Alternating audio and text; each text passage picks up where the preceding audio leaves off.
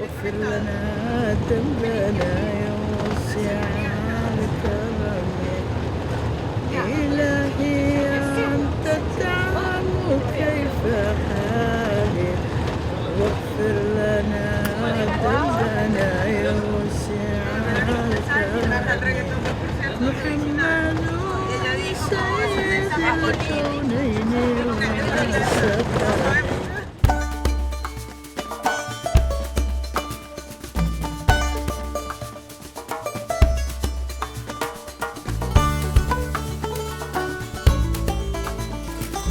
Learning route is basically a tool to learn through a journey. So it's a journey in which the different stakeholders or local actors involved in one practice related to rural development share their knowledge with a group of participants that are called the ruteros in order for them to get a grasp on different lessons and innovations that have a scaling up potential and that can also be applied in their home institutions, countries or communities in order to improve some of the aspects of their actions. This learning route is indeed a concrete example of jointly initiative between FAO and IFAD with the very efficient support of Procasur. The most important aspect of this learning route is in its title itself, Gender and Rural Microfinance. It is not only rural microfinance technically, but it has also a social aspect, empowering women. Someone explained it as a rural mobile university. But a learning route basically refers to a situation where you have a group of people who are seeking knowledge.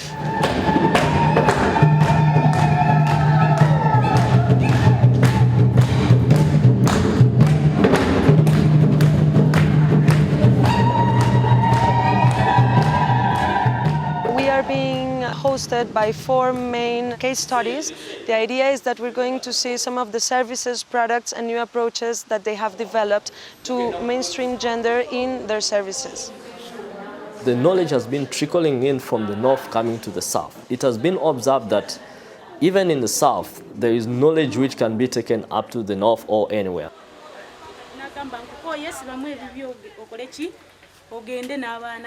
She says that the husband got another woman and he just woke up one afternoon, like you see it's sunny, and told her to leave her home, to leave the home with her kids and go and find somewhere else she could live. The example of Finca, which we saw in Chiboga, the good practice that I see here is the ability of microfinance to be able to empower a single mother who has been able to accumulate assets and also learn financial literacy, also learn how to save, how to manage her savings. And she has been able to build a home with support from funds from Finca as well as support from funds from friends.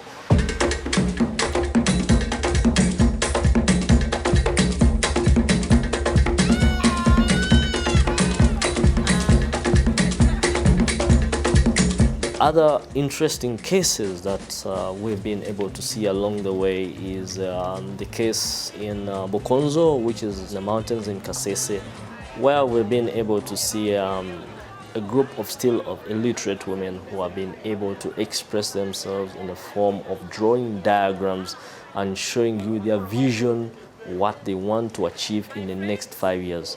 My friend, her name is Teddy. Her symbol is avocado. She likes it because it is her source of income. She plants avocados. We have 102 volunteer trainers whom they have managed to train 2,717 community members who have achieved the methodology. I'm a teacher by profession. I'm just about 3 years old in the organization. In our area, there are so many things that really were not happening. The decision making of women organizations, formal education for girl children. Most of the community members were illiterate. And even you would find that they wouldn't say, they wouldn't write, they wouldn't be able to count even the money that they would get when they go to market. These people had to develop their own symbols to present money, to present visions, to present anything that they like. This is my vision. I hope that in 2011, my house will be shining like this one. There will be power. I will be having my children with nursing. I will be having animals, bananas, then coffee, and also water tank. And where am I today is that I'm here with this house, with the coffee, with the business, with the goats, with the hens, with the banana plantation, and then with my business of coffee. Then I'm here also with my children.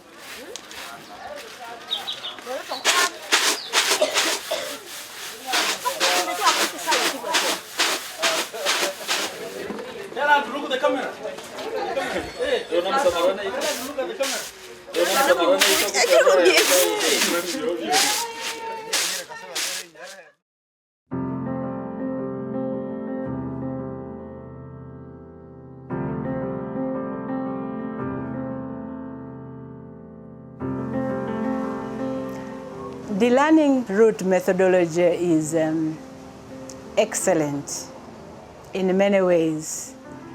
I think the biggest advantage is that we are learning. It offers an opportunity to learn from the real practitioners. What we've also seen is that women lack a lot of experience in leadership positions. So although there's a big participation of women in the groups that we visited, like 60, 70 or 80%, still they often are not taking place in the board of directors as chairpersons or secretaries or accountants. And that is also a lack of experience, and if they never get that experience, they can never advance towards those roles.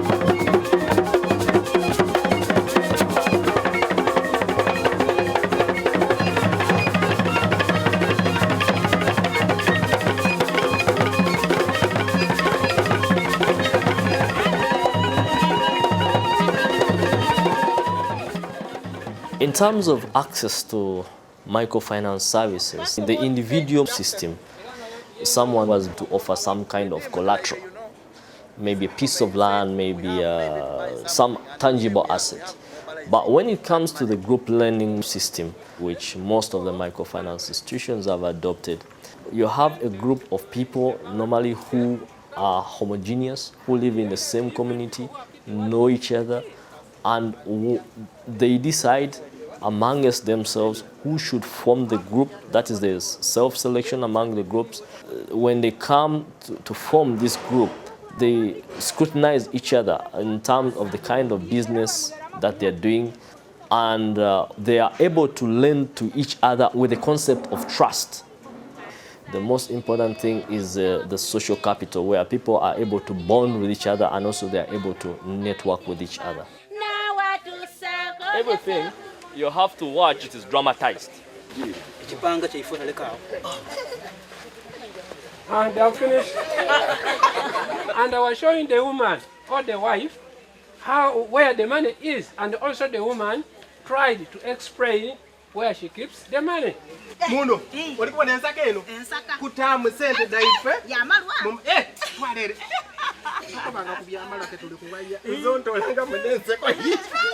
These clusters have been in Success Microfinance for a period of 8 years. It has seen some women grow and progress from small scale to big scale. Today we are going to be visiting women who are making wine. We shall have the capacity of visiting women who have poultry farms, who have agricultural farms, all of which they have generated the money from Success. Before success came, some of us, we didn't have houses, but now we have our own houses. We didn't have businesses, but now we're having businesses. Our children maybe, they would be there in the village or stealing or being street kids, but now you can have some money and pay the school fees. Let's get over here.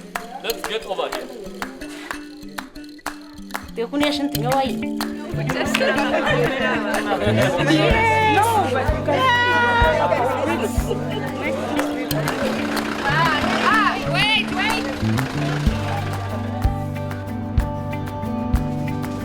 is important to realize that microfinance started with the mission of social objective, and its aim was to help marginalized people. So I believe that yes, it is important that microfinance institutions take up some sense of corporate social responsibility.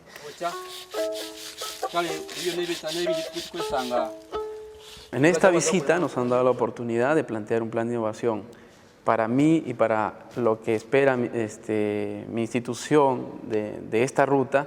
Me parece fabuloso. ¿Por qué? Porque hemos podido recoger algunos insumos, herramientas, experiencias y también un sentimiento colectivo de que hay que innovar. In Guatemala, there we have to develop a strategy for the 20 organizations of coffee producers that are certified by Fair Trade Labeling Organization, and there I would really like to use this tool of the vision of their future.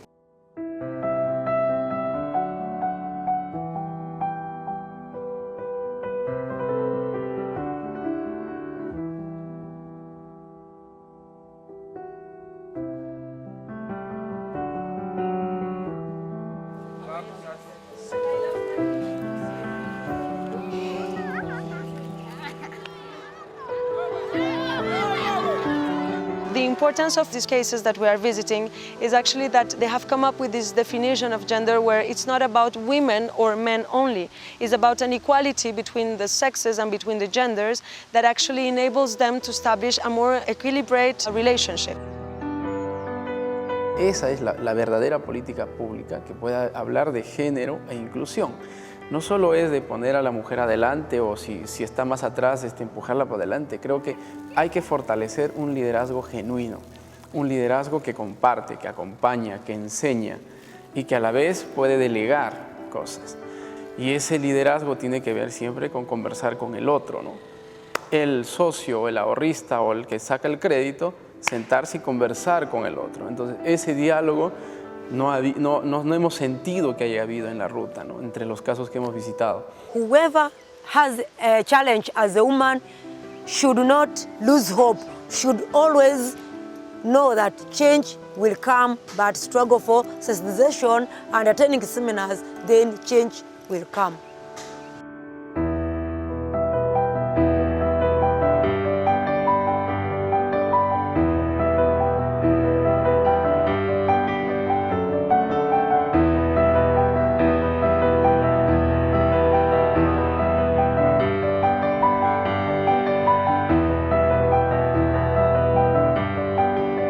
Mi nombre es María Cristina Gutiérrez, soy de Perú, estoy participando en la ruta de aprendizaje de Género y microfinanzas en Uganda. Hola, soy René Fausto, soy de México, estoy participando en la ruta de aprendizaje en Uganda. Dzina langa ndine Lilian Moyo, ndipo ndabwera kuno ku Uganda kudzapanga nawo kosi imene amaitcha kuti learning route. Jina langu naitwa Anthony Mayodi, kutoka Kenya. Bampita Nagai Jacqueline Bukisa, nange nitabye mu musomo guno. Je m'appelle Hamadou Alioum. Yo vivo en Camerún. Mi nombre es Laura Fuentes y estoy participando en la ruta. Magacayga waxaa la yiraahdaa Ahmed Yasin Mohamed Hassan. Mi nombre es Nieves Condori Hilario. Vengo de Perú. Magacayga waxaa la yiraahdaa Mohamed Jansen. Waxaan ka imi. Mi nombre es Mariliana, vengo de Perú, vengo participando en esta ruta de aprendizaje acá en Uganda. Manyagange Bantuta Grace Bantebya Chomuhendo. Ndiwe Makerere, Uganda. Ciao, sono Nicolò, italiano, e anch'io partecipo alla Learning Route Gender and Rural Microfinance in Uganda. Mijn naam is Marije van Littijeude. Ik ben Nederlandse en woon in Costa Rica. Magacayga waxaa la yiraahdaa Faisal Ibrahim Mohamed en waxaan ka socdaa program Somaliland ka socda oo ifad fund gareyso. Waxaan ka soo qayb galay Learning Route-ka Uganda ka socda.